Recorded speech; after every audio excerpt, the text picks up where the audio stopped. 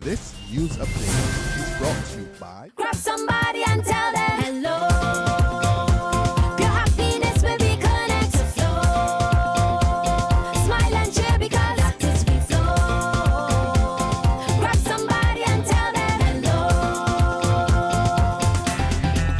With your hands in the air, hands in the air, hands in the air, hands in the air. This is how we flow, yeah. Grab somebody and tell them this is how we flow.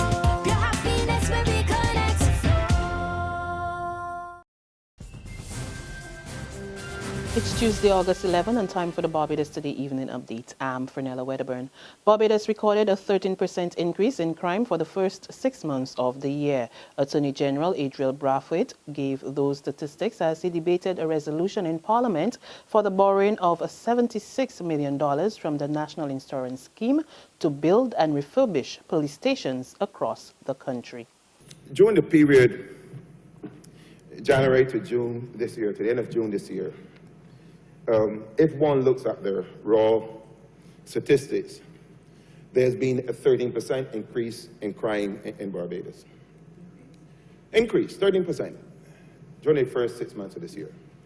But then and that's a 13% increase on last year, which is 2014.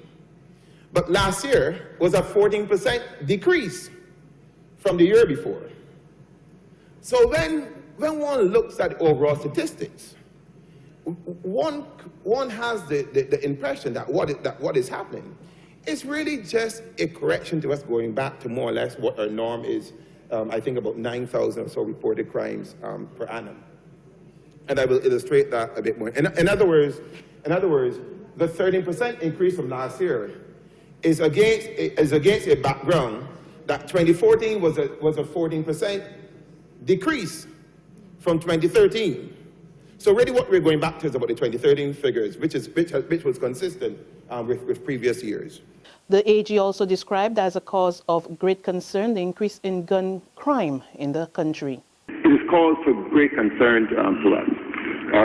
And if there is one message that I would like, and I hope that all of us will send today, is that we are very concerned about the state of gun-related crime in this country, and we have to put our heads together to see how we can arrest this situation. Now, the Royal Barbados Police Force obviously is in the process of certain initiatives to address this problem, and they're not new initiatives. They're continuing. It's a continuous process.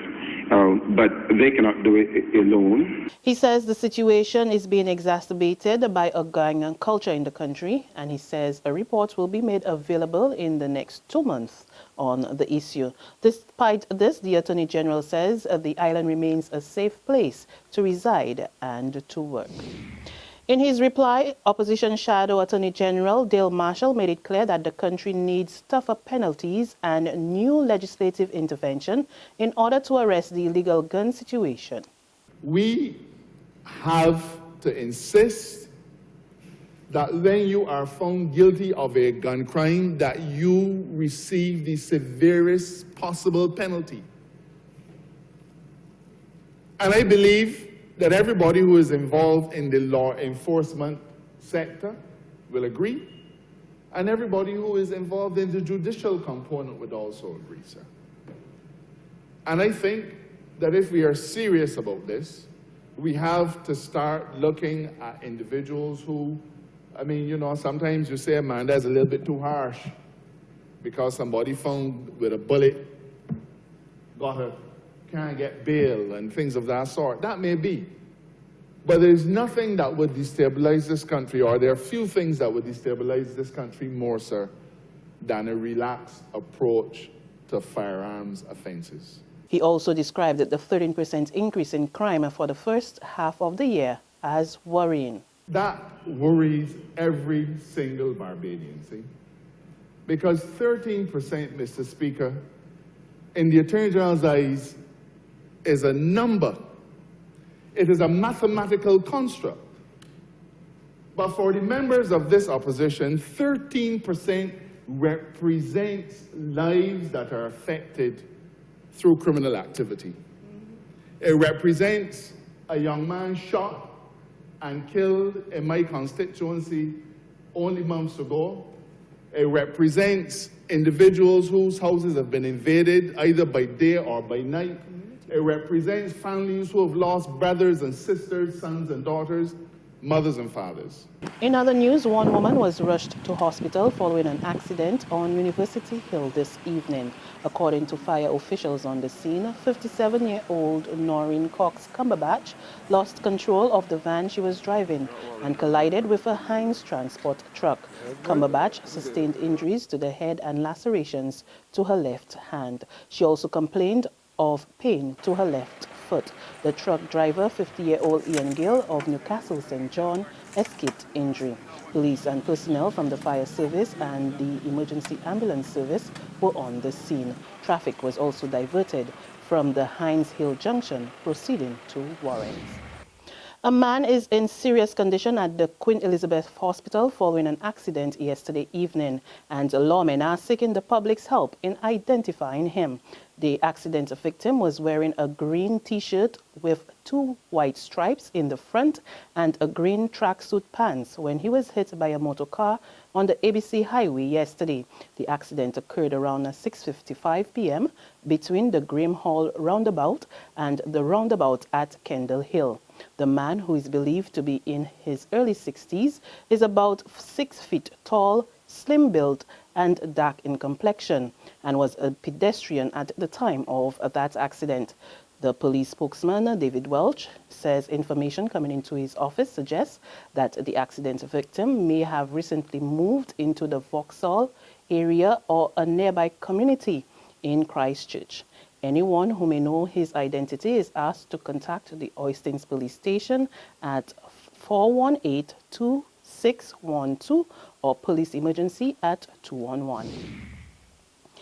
Sports now, Captain Nico Riffer top scored with 65 as Queen's College were restricted to 129 for 5 in 35 overs against Combermere in the final of the Barbados Cricket Association Under-15 tournament, played today at the Desmond Haynes Oval. Combermere won the toss and inserted Queen's College on a rain-affected day of the 3-day match. At the close, in response, Combermere were on 4 without loss. The match continues tomorrow. There's regional and international news after this short break. Secure your future, be financially strong. Since 1983, we have been there for you. A smart range of products, great tax benefits. We're the solution to your hopes and your dreams. The Barbados Workers Union Cooperative Credit Union. The Barbados Workers Union Cooperative Credit Union. Humble beginnings to smart loans, smart savings. Save smart and borrow smarter. That's the move for me. Stability, prosperity. We're the solution to your hopes and your dreams.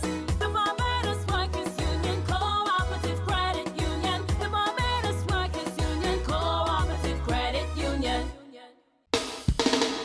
Got it in my hand, yeah.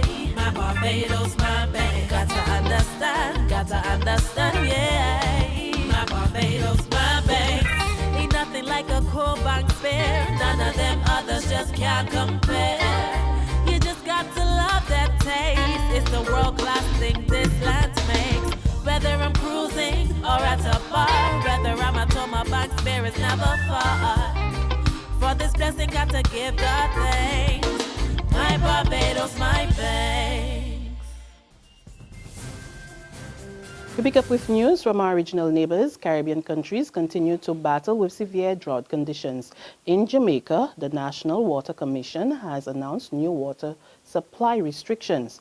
NWC Acting President Mark Barnett says his office is forced to further restrict the supply of water to many of the areas served by the Hope and Mona water supply systems to every third day instead of the current alternating day supply. While over in Antigua and Barbuda, officials from the Water Authority are advising residents that water conservation is now more critical more than ever. A recent check with APUA's Water Business Unit revealed that water from one of the country's main reserves, Potworks Dam, is below extraction level, and APUA is on its last source of surface water, Fisher Reservoir in Bendel's Valley. The unit's production engineer, Ian Lewis, estimates that there are about 3 weeks left of use from that body. Then the only sources will be from desalinated and groundwater. Lewis says what this means for residents, if the drought persists, is more intense water rationing. On the international front, the mustard yellow hue of the Animas River is fading, but leading toxicologists are concerned that there could be health effects for many years to come. More in this CNN report. The reason why is because of these heavy metals that were in the sludge, things like cadmium and arsenic and lead and mercury. Compare the levels in the sludge to what's considered the EPA acceptable levels. We're talking mercury at 10 times the acceptable levels. Arsenic 800 times. Lead, there was a reading that was 11,000 times what's considered an acceptable level by the EPA. Now, these toxic metals, they can cause cancer, they can cause kidney problems, they can cause developmental problems in children. That's news. For more news and sports, log on to www.barbadostoday.bb. Subscribe to our e-paper, our email updates, and like us on Facebook. You can also catch us on Izumi Media and bus terminals or screenplay at supermarkets and gas stations near you. We're also on Channel 101 online TV and Mix 96.9 FM. I'm Fernella Wedderburn. To have a good evening.